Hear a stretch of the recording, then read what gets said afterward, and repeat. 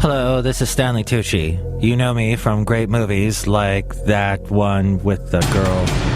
Oh yeah, Hunger Games. Yes, I'm here to tell you about something that I think you should know. Did you know that Mike's Daily Podcast is completely independently created and produced? I'm bald, yet unbearably sexy.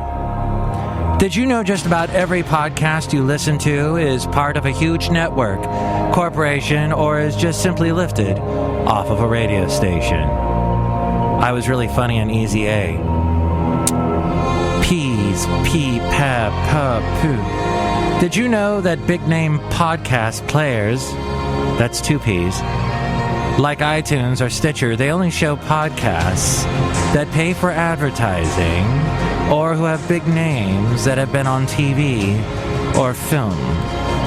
I have been on many, many films. Please do what you can to support independent podcasters. I'm Stanley Tucci, and now Mike Matthews with Mike's Daily Podcast. This show is clean, pretty much. Mike's Daily Podcast. There you go, Stanley Tucci. Wow. It's Mike Matthews, broadcasting from the last place on earth, located somewhere in Podcaster Valley, California. Episode 819. Today it's the finale of my Into It interview with the country artist Morgan Riley. Plus we hear from Benita, the Disgruntled Fiddle Player, the Brewmaster, and teens. You need some sleep. Maybe that's why you're so short. Mike's Daily Podcast. We look at a study about that, to which you might have a retort. Mike's Daily Podcast. And on yesterday's show, we made some comments about Taylor Swift. Yeah, she's got the biggest selling album in the world. That's pretty nifty. And there are, the Disgruntled Fiddle Player had a problem. He was being attacked by a ferocious hobgoblin. And then he wrote a country song with the John Deere the engineer. That was fascinating. Mike's Daily Podcast. But seriously, Taylor Swift likes to lip sync other people's songs at award shows. That's not annoying. Mike's But I guess Daily if I was a 20-something podcast and I loved pop music as much as she, I would be lip syncing along with it too. Let me think back to when I was in my 20s. Was I doing that? No, hell no, I wasn't. Look who just walked in. Hi, Mike. It's Benita, the rodeo queen. How y'all doing? And it's a Disgruntled Fiddle Player, tell you what. What? So you still have that country artist on the show today? That's right, Morgan Riley. Mike, I saw a picture of her. She's beautiful. Yeah, we have the finale of the interview today, as well as I wanted to bring this segment back because there's something interesting. This segment, the sea monster, is called Ridiculous Random Posts. And this actually was a post that wasn't done on a social media. It was done on someone's podcast. And they actually said the following. Oh, first, look who else just walked in. Hello there, Mike. I'm the Root. I'm the Brewmaster. Oh, boy. All right.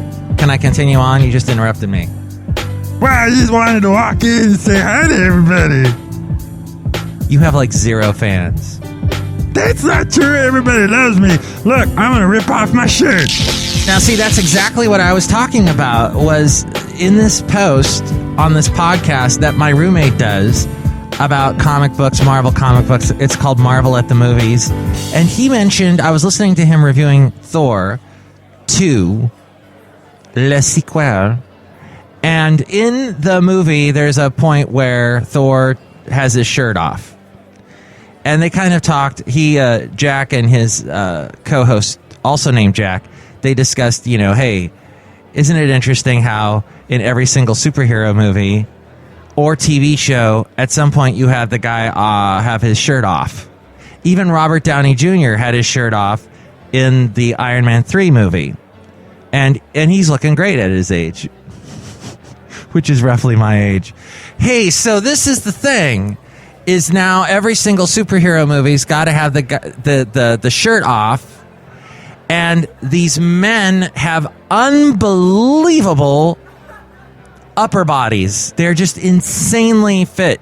Of course, to do that, you need steroids, CGI, or what is mostly the case, a really good trainer and like an all-protein diet. And they work out for like 4 months till they do that scene where they have the shirt off. And everybody goes, oh my God, look at Henry Cavill from Superman coming out of the water. And then the nerds see this, and they're like going, my glasses keep slipping down my nose. I am in no way able to compete with this male. Why are they showing this? This is making me feel very self-conscious. And I also feel perhaps I may not be as heterosexual as I once thought. Meanwhile, their girlfriends are going, yay! Good-looking man with shirt off. I guess they have had to suffer through the opposite for years. Meanwhile, what I've seen with the Marvel movies, because thanks to Jack, I've been able to catch up on all the Marvel movies, is that like you've got female superheroes, like Scarlett Johansson's character, Black Widow, and she's pretty much clothed. There sometimes is a little bit of cleavage. Oh, wait, there was that one scene she was kind of like in a tank top or something. In the first Spider-Man with Tobey Maguire, Kirsten Dunst is saturated in water in the rain, and he kisses her upside down. Remember that part? I guess, I don't know what my point is, but that just seems that it's eye candy for the women. So there you go, ladies. And I guess us nerd-typey guys need to work out some more. I should at least be able to get his beefcake as Robert Downey Jr. since we're roughly the same age. Only he's not as follically challenged as I am on the head. Hey, also shows like Arrow. Yeah, that guy's always got his shirt off, the guy who plays Arrow. And then Flash, not so much. Wow, this is a strange thought. I think you see more cleavage on Modern Family than on any superhero TV show. That's disturbing. So yeah, superhero movies come for the action and the explosions and fighting villains and crime, and stay for the men with enormous pecs and the shirt off scene. Mike, I don't care for that. You don't, Benita? No, Mike, I don't think that's necessary. I don't think men should take off their shirts. Benita, how come then you're going to go to that Australian Thunder Down Under show tonight? Well, because I got to do my research. And what research is that? Indigenous cultures from other countries. I gotta go. I can't think of an excuse. Well, this is fascinating. The teenagers. A new study has revealed that teens are getting less sleep than they used to. It was performed by researchers at Columbia University's Mailman School of Public Health. It's a mailman school. They found that the number of hours a teenage boy or girl sleeps every night has decreased among teens in the U.S. over the past 2 decades. The results of the study were published in the journal Pediatrics. This according to Utah's People's Post. Why are these things so oddly named? UtahPeoplesPost.com. And I thought MIKEs-DAILY-Podcast.com was an awkwardly long website URL. Aside from the main discovery, the teens are getting less sleep than they used to 20 years ago. Scientists also found that female students, ethnic and racial minorities, sorry for these pauses, and students of lower economic and social status were least likely to be getting 7 or more hours of sleep every night. According to the National Sleep Foundation, getting enough sleep each night is vital for humans to be healthy and function properly. Teens should get at least 8 to 10 hours of sleep every night.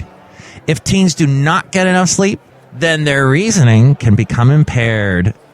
It's already impaired with the hormones. It doesn't need something else to impair them even further, as well as their abilities to think. And they also become prone to pimples and mood swings.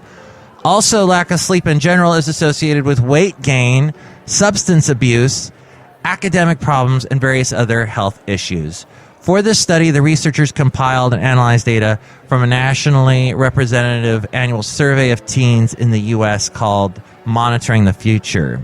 After careful examination, it was revealed that teens sleep gradually declined over the 20 years that they were recorded by the survey. Also, racial and ethnic minorities, female students and teens with a lower socioeconomic background were less likely to sleep more than 7 hours every night compared to non-Hispanic white students, male students, and teens from a higher socioeconomic background. For all teens that were observed in this study, the biggest declines in their sleep were reported between the years 1996 to 2000 and 1991 to 95. I couldn't sleep in those days. No, there was the Conan O'Brien was on, and Friday Night Videos, and a young Jon Stewart hosting The Daily Show, and Cher and Dionne Warwick were doing all those infomercials. And I could go on and on. There was so much crap to watch all night on TV then, and nowadays, oh my gosh. Choices are endless. What do you think about all this? Email me, mikesdailypodcast@gmail.com. What do you think of odd URL names? And teenagers not getting enough sleep? And Taylor Swift singing along, lip-syncing to other people's songs at award shows? And the Disgruntled Fiddle Player writing a country song with John Deere the engineer? I wonder how that's going to sound. And the men with their shirt off scenes in superhero movies. Email me, mikesdailypodcast@gmail.com. We read your comments on the section emails from email. Also email me there if you'd like to be a guest on the show or if you would like to sponsor the show. mikesdailypodcast@gmail.com. And there's the website, mikesdailypodcast.com, with links to where to listen to the show in iTunes. Subscribe to the show in iTunes, and you can comment on the show and rate the show there. If you do that, more people find out about us. Like Stanley Tucci was saying, it's impossible for a podcast like this one to be seen on the front page of iTunes or Stitcher unless we pay lots of money for advertising or we suddenly have a lot of people start to listen to the show. Which, let's see. Nope, it's not happening. So that's where we need your help to help by rating and commenting on the show. Whatever you have to say, it helps us get a little higher up in exposure. By the way, I discovered a podcast app that's better than Stitcher. It is called RSS Radio. And the guy, I think his name is Mark, who makes this app, he is all about getting RSS feeds from like iTunes and other places so that it's a little bit more easy to use in Stitcher.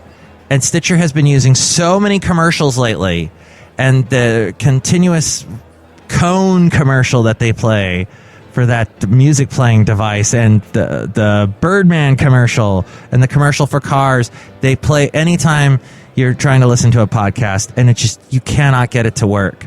And meanwhile, you're crashing your car and all things bad happen.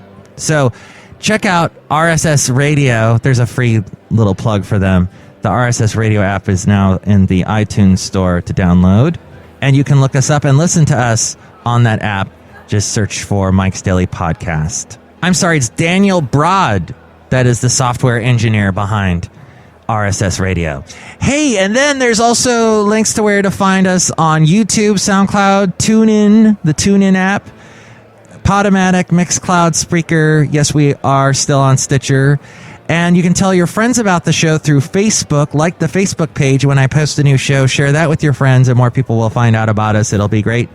We're also on Twitter. You can follow us on Twitter and retweet the tweets that we do. There's also Instagram, Yelp, Tumblr. We're on all of those. And the Amazon link. If you're going to buy anything through Amazon, go through MikesDailyPodcast.com and click on that Amazon link to buy whatever it is, and that helps support the show. You can also see the blog, the Daily Podcast picture, and all my past interviews are at MikesDailyPodcast.com. And speaking of interviews... Into an interview. I'm speaking to the beautiful, lovely Morgan Riley. You have such beautiful hair. Oh, thank you. And you have such cool dogs on your Facebook. You have such cute little dogs that you have. All these different... Yeah, I have three animals. They're my babies. They're my kids. They're the only kids that I have. What are their names? Well, let's see. We have Dobby. He's a little min pin. And then we have Simba, who's the boxer collie. And then we have Sadie, who she's kind of like mixed with Pit and boxer. And we call her the Mutt. See, I have a boxer. Yeah? Basil the boxer. Yeah. Well, that's awesome. He would have fun playing with all your dogs. I know. Next time, we'll have to bring the dogs to the interview. Yes. We need to take him over. I'll take him over to Nashville. It's going to be a bit of a drive from California, but... Yeah, just a little bit. He was just playing with a boxer at a local dog park, and he is wiped out. I mean, he's like 6, so he doesn't like to play so much anymore, but this other boxer was 3, and you know how they go. Oh, really? He doesn't want to play at 6? Mine is just turned 7, and my other min pin's 8. Oh, they are so rambunctious all the time. Oh, my gosh. I got to stop feeding him Klonopin. No, I don't. No, he's just a mellow boxer. I don't know. He did have a nice 3-mile walk before seeing this boxer, so maybe that was what did it. That's probably what it is. That's good that you're getting him out there doing exercises. So it gets me out there, Morgan Riley. So because I have to try and fit into insanely tight country pants, jeans. I mean. So you can be the down south boy. Yeah. So that I will be able to be in the video to down south. But tell me, what's the process like writing songs? So you write with Frank Green. Mm-hmm. Frank Green. Yeah, well, basically, when we were writing the album, we picked writing days. It was really cool. I was like, okay, well, I'm going to drive to Nashville, and we're going to have a writing session this week. And our writing chemistry is it's just a godsend. I mean, it's just off the charts. We literally just connected so well with our writing that it took 8 weeks total, 8 visits for me to Nashville to write and record the album. So it was super fast. Wow. Yeah, there's some days we just wrote 4 songs in one day. I mean, it was amazing. Dang, that's some chemistry. That's what I'm saying. It's just the chemistry was amazing. It just really clicked with our writing and everything, and it was really cool. Well, that sounds like a really fruitful songwriting relationship, and I bet there are more great songs to come. So. Well, we have a bunch on the album Collage that we're really excited about that we plan on releasing to radio also. And we've actually already written stuff for the next album. Wow. So, yeah, we haven't finished it, but, we have definitely some songs already towards it. Now, so go ahead. Mm-hmm. Oh, I was going to ask you who would you like to do a duet with, if you could do a duet? For a female artist, I would like to do something with Trisha Yearwood. I just think she has an amazing voice. Either her or Martina McBride. I love both of them. And for a guy, the guys are kind of tough because I think my music, down south, kind of reminds me of Big and Rich a little bit. Oh, yeah. So I wouldn't mind teaming up with them. That would have been cool. Because we're going to the...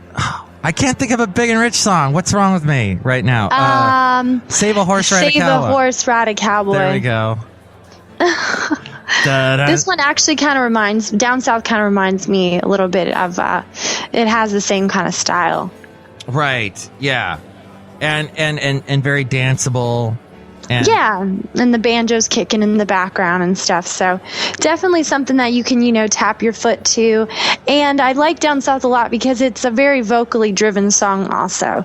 When I first did Rowdy Shoutin' Cowboys, it was a country rap dance kind of song. So vocally, it didn't really showcase my vocals as much as Down South. And that's kind of why I'm excited about this second single, just to show a new me. And if you could cover any song, what would it be? Oh, my goodness. Well, I cover a lot of songs when I do shows. So something that I haven't done yet that I would like to cover would probably be Something in the Water by Carrie Underwood, her new one. Oh, okay. Yeah, I just like that song. I like the message behind it, and I just like how it's done. I just really I'm a very strong vocal person, so I love listening to artists that have that vocal quality, like Carrie Underwood and Reba and Martina, Trisha, the really strong vocalists. Even, Mariah and Whitney. growing up. Like I said, I listen to all different genres of music. Very cool. Well, have you been to country radio seminar before? Yes, I was there last year. But I didn't have a single out yet, so I was kind of just there for like the Music Row meet and greet. But this year, I'm actually performing at the New Music Weekly showcase on the 26th. Ooh. And I'm also going to the meet and greet, and then I have a bunch of radio interviews lined up. Nice. Wow. That's cool. I've been to that once, long time ago. It was, it's very interesting. I mean, it is just, you're walking through. Is it still at that convention center, I guess?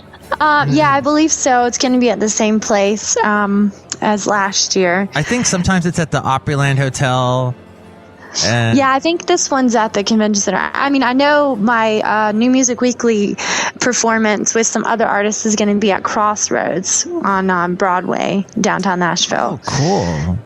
So, but I think the Music Row meet and greet is at the convention center before that. I think that's where Crossroads is where I saw Mary Chapin Carpenter do a set, and in the audience were Montgomery Gentry and the Dixie Chicks. Awesome. And the Dixie Chicks kept shouting, and Mary Chapin was like, "Oh, it's those Dixie Chicks again!" And as she was doing yeah, wow, you're gonna have so much fun, Morgan. I know, I can't wait. I'm so excited about it. Just to be like, because I was nominated in New Music Weekly magazine, so they put me a part of their showcase, which is really cool. Neat. Okay, and then you did you do some performance before the Super Bowl? Not before the Super Bowl. I did a performance for the Chords for Cause benefit in Nashville for opening up for Lee Brice. That was before the Super Bowl. Oh, okay. I think I thought I saw Orange Bowl or something. Orange Bowl. Yeah, Orange Bowl. I didn't actually perform at the Orange Bowl, but my choreographer, Kevin Andrews, who choreographed Rowdy Shoutin' Cowboys, he was chosen as a choreographer for the Orange Bowl to teach the dancers and stuff. And he had to choose. This was actually was during the pregame show, and he had to choose one song that he choreographed out of his entire life, and he chose my song. Oh, cool. So he just taught the dance to his dancers and stuff that were performing at the pregame show at the Orange Bowl. So it was really cool. I wish I would have been there because, it would have been nice to see that because they didn't really televise that. So yeah, unfortunately, I wasn't in Florida at the time. Next time. Yeah, next time. For sure. Next time I'll be performing it. Yes. Well, let's play the song Rowdy Shoutin' Cowboy. This was your first single. Yes, and this one got helped me get nominated for Female Country Artist of the Year and Breakthrough Artist of the Year in New Music Weekly magazine. Excellent. And when this song comes on in the club, people got to dance. It's very dancey. There's some dance places that are actually playing Rowdy Shoutin' Cowboys in the dance, like in country saloons. So it's cool. Yeah. All right. Well, I'm going to pretend like I'm dancing with you as the song plays. And I'll do it too. You will? Okay, then that's almost like the real thing. Probably better than the real thing because I am a lousy dancer. But you are not. You are a great dancer. Thank you. So let's listen to Morgan Riley's Rowdy Shoutin' Cowboy on Mike's Daily Podcast.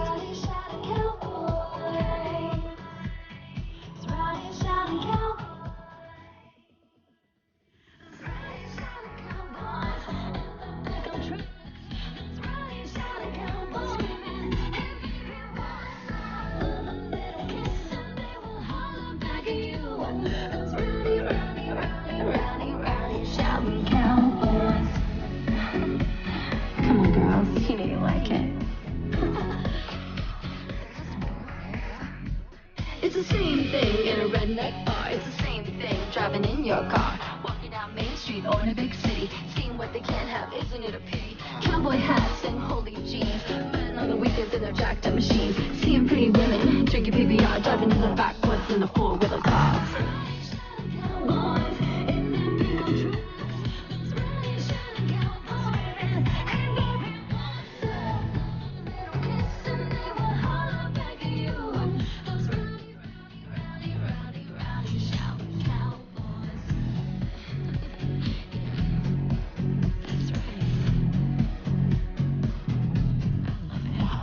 So I'm going to a party on a Saturday night.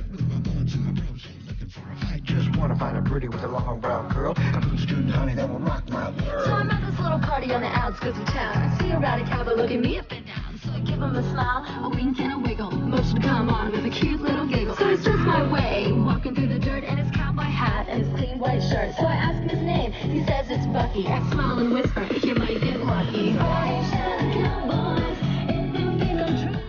Those riding shadow cowboys screaming, hey baby, what? Kiss and they will holler back at you. Those rowdy shouting cowboys. Feels so good to be wanted. Because you know what I'm talking about. So I wake up Sunday morning, I'm a little hungover. I say to myself, I gotta get sober. A big country girl sounds good to me. Some eggs, some grits, some black coffee. So I get out of bed and put on my dress. I head for the bathroom, I know I look a mess. I throw in some makeup and brush my hair. Crack open the door, see him standing over there with a smile and a wink and a cute little wiggle. And starting all over as I start to giggle. He looks at me with that cute, sexy grin. I blow him a kiss and we do it again. Riding shadow cowboys, if you think I'm true. Those riding shadow cowboys screaming, hey baby, what's up? Kiss and they will holler back at you. Those rowdy shouting cowboys. Those rowdy shouting cowboys.